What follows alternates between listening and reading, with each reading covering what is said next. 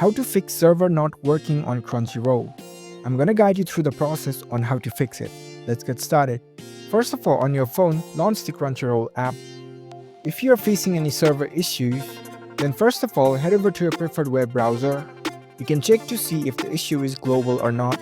On your browser, type down detector and head over to this first link.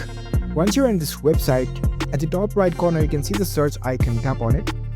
Now search for Crunchyroll. As you can see over here, there is no any current server issues with the Crunchyroll app. So the error issue must be in your phone or the app. In order to fix that, what you can do is, you can restart the app, tap and hold on this Crunchyroll app icon. Beside the name of the app, you can see this information icon, tap on it.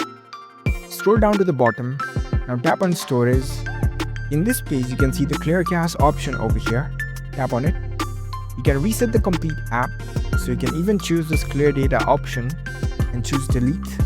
On top of that, if you're using any VPN or DNS, you can try to change that. You can even try to disable the VPN network. And another way is you can go to your Play Store and search for Crunchyroll app. Go to the apps page. Over here, instead of this open option, you might see the update option sometime. If you see that your app needs an update, so you can simply update the app. You can try out these various methods in order to fix the server not working on your Crunchyroll app. If you found this video helpful, don't forget to give this video a thumbs up and subscribe to our channel for more tech tips. Thank you for watching.